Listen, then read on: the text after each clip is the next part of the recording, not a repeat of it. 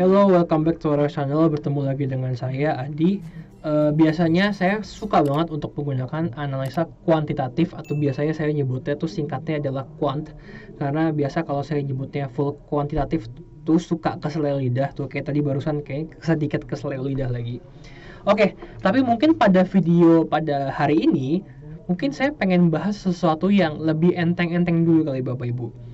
Lagi capek untuk ngebuka data yang bejibun, ya kan? Jadi kita ke versi relaxnya dulu dengan analisa apa ya, simple dan ringan mungkin untuk hari ini. Jadi seperti biasa, pada hari ini saya juga pengen jawab pertanyaan dari Bapak Ibu yang udah nulis pertanyaan Bapak Ibu di kolom komentar YouTube setiap kali saya naik videonya. Saya berkomitmen untuk jawab seenggaknya seminggu sekali, kalau bisa sih lebih banyak lebih bagus, ya kan? Oke, kita langsung aja. Pertanyaan itu adalah dia nanya BCA versus BRI, ya kan? Langsung ke saham BCA versus BRI. Bagus mana? Gini Bapak Ibu. Ini bukan rekomendasi, tapi yuk kita coba lihat, bandingkan dari beberapa faktor, ya kan? Jadi untuk video kali ini saya ngambil datanya itu yang paling gampang, yaitu adalah di RTI Business. Ini adalah aplikasi berbasis web. Saya nggak tahu ada di website juga udah ada atau enggak. Cuman sih yang populer tuh dia dari aplikasi mobile atau HP ya Bapak Ibu. Oke, langsung aja.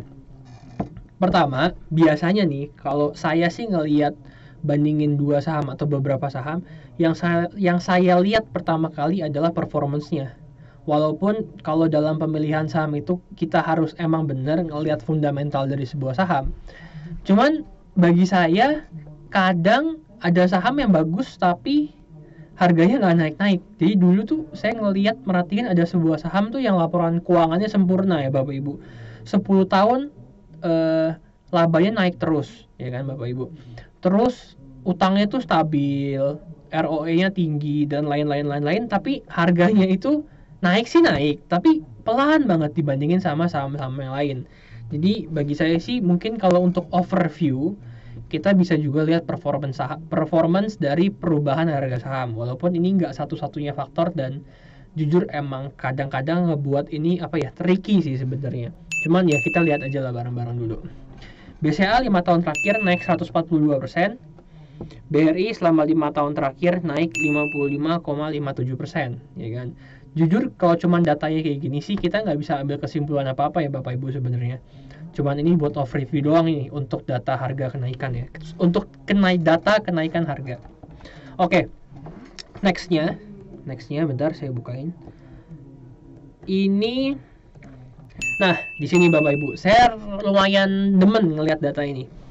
Dimana di RTI ini kita bisa ngelihat nih, kita fokus ke yang EPS ya, yang ada tulisan EPS. EPS itu adalah earning per share, jadi laba per lembar saham.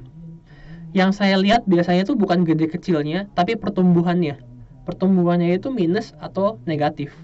Jadi kalau di BCA kita bisa lihat dari tahun 2018, 2019, 2020 dan proyeksi di tahun 2021, gara-gara belum selesai kan Q4-nya. Q4 tuh kuartal 4. Jadi kalau di saham itu laporan keuangan tuh biasanya diterbitkan setiap kuartal. Kuartal tuh 3 bulan. Jadi 1 tahun ada 4 kuartal, 3 kali 4 12 bulan ya Bapak Ibu. Gitu. Kalau kita bisa lihat BCA, tren labanya sih udah mulai naik lagi. Waktu itu sempat turun pas pandemi kalau nggak salah, 2017 ke 18, kayaknya minus kalau nggak salah.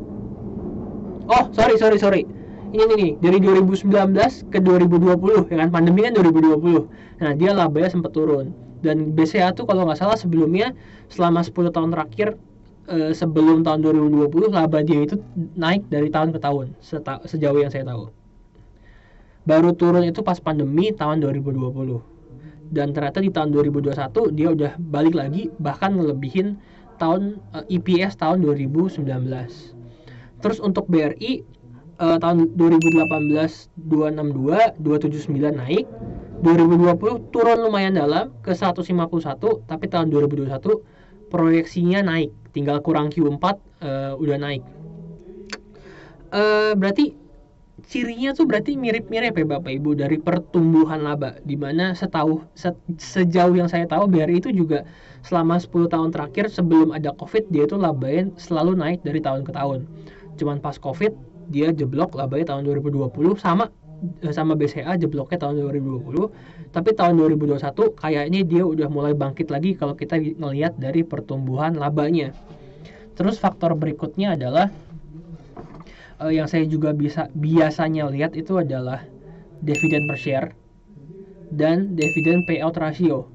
Nah, biasa sih saya lebih ngelihat ke dividen payout ratio-nya ya Bapak Ibu, untuk lihat apakah ini perusahaan suka ngebagiin dividen yang istilahnya pelit bagian dividen atau enggak. Nah, kalau dari data ini sih BCA tuh selama 3 tahun terakhir angkanya tuh di 30-40%. BRI angkanya di 50-60%. Jadi istilahnya mungkin karena BRI ini adalah bank BUMN, jadi untuk bagian sahamnya itu bagian dividennya lebih bermurah hati lah dibanding bank-bank swasta. Oke. Terus bawahnya Bapak Ibu. Nah, ini tuh saya juga biasa untuk membandingkan sebuah bank sebagai overview. Saya tuh juga suka lihat kayak gini nih.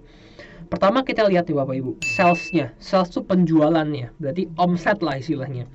Omsetnya Bank BCA itu 65 triliun. Omsetnya atau salesnya Bank BRI 112 triliun. Hampir 2 kali lipat dari Bank BCA. Berarti secara istilahnya mungkin penyaluran kredit Bank BRI lebih besar dibandingin BCA hampir 2 kali lipat. Ya kan? Dari segi aset BRI juga lebih punya aset yang jauh lebih besar. Kalau nggak salah BRI itu aset terbesar deh dari perbankan sekarang. Terus dari utang juga lebih besar BRI, ya wajar dong karena asetnya juga lebih besar. Dari equity juga lebih besar BRI. Nah, yang menarik Bapak Ibu, kalau kita lihat di net profitnya Bapak Ibu, gini, BRI punya omset atau sales 112 triliun. Net profitnya atau keuntungan bersihnya 19 triliun. BCA punya penjualan 65 triliun, setengah dari BRI doang. Tapi net profitnya bisa lebih tinggi dari BRI, 23,2 triliun. Jadi kita tuh bisa menyimpulkan bahwa operational expense-nya BCA ini atau beban-beban usaha maupun non usaha di BCA ini jauh lebih efisien dibanding Bank BRI, walaupun saat ini Bank BRI itu cakupannya yang dicerminkan dari sales tuh jauh lebih besar dibandingkan Bank BCA gitu Bapak Ibu. Nah, berikutnya yang terakhir, ini saya nunjukin gambar lagi ke Bapak Ibu. Di sini saya tuh biasanya ngelihat sebagai overview sih, itu PER. Saya suka ngelihat PER sama PBV sih jujurnya. PBV di sini PBVR, Price Book Value Ratio. Nah, kalau PER ini adalah intinya perbandingan dari harga saham dan pendapatannya. Istilahnya gini Bapak Ibu. Ketika Bapak Ibu mau beli restoran misalnya, ada teman Bapak Ibu yang aduh saya mau pensiun deh. Ini saya capek ngurusin restoran. Setahun restoran ini bisa kok ngasilin 100 miliar, jangan deh, 1 miliar ya Bapak Ibu. Terus restoran ini mau dijual ke Bapak Ibu. Pertanyaannya adalah Bapak Ibu mau beli harganya berapa? Nah, berapa kali lipat dari laba dia setiap tahun? Nah, untuk kasus BCA, kalau misalnya contohnya restoran BCA ini, kita asumsikan restoran BCA ini setiap tahun menguntungkan 1 miliar, maka BCA ini ngejual di bursa efek atau harga dia sekarang di bursa efek itu 29 kali lipat dari pendapatan tahunannya. Jadi kalau misalnya per tahun itu dia bisa ngasihin 1 miliar, dijual ke kita yang ada di bursa saham dengan harga sekarang ini 29 kali dari pendapatan tahunannya. Kalau misalnya price book value ratio itu adalah perbandingan harga saham dengan equity-nya atau nilai buku bersih. Jadi misalnya kalau semua aset BCA dijumlahin terus dikurangin utangnya, ya kan? Nah, itu dibandingin sama harga jual saham tersebut sekarang. Jadi kalau misalnya kita ibaratkan restoran nih, tanahnya, gedungnya, bangkunya, kursinya, mereknya itu ditotalin.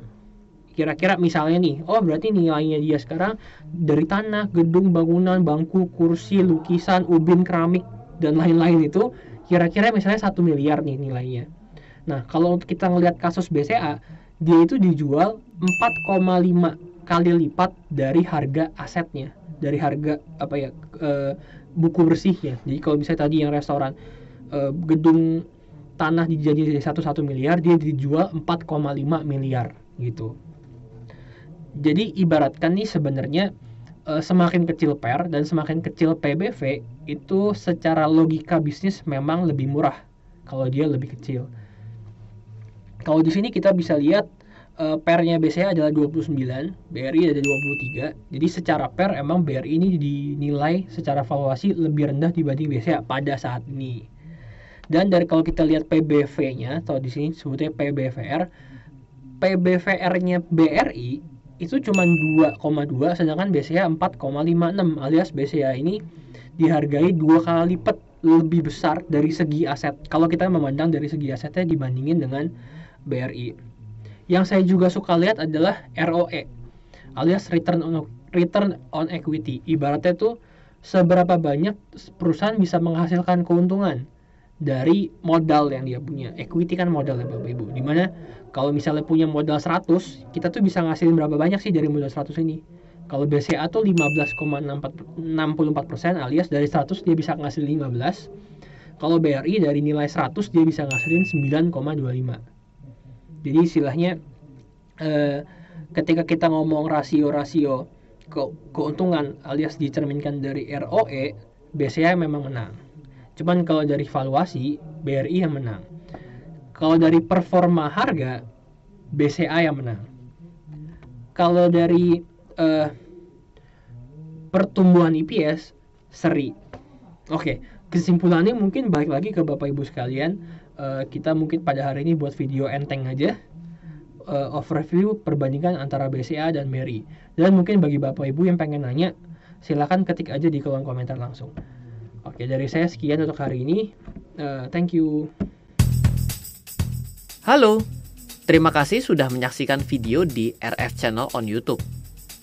RF Channel adalah channel edukasi untuk kita secara bersama-sama belajar dan mendapatkan aktualisasi mengenai investasi, keuangan, dan bisnis bersama saya, Ryan Filbert, dan tim.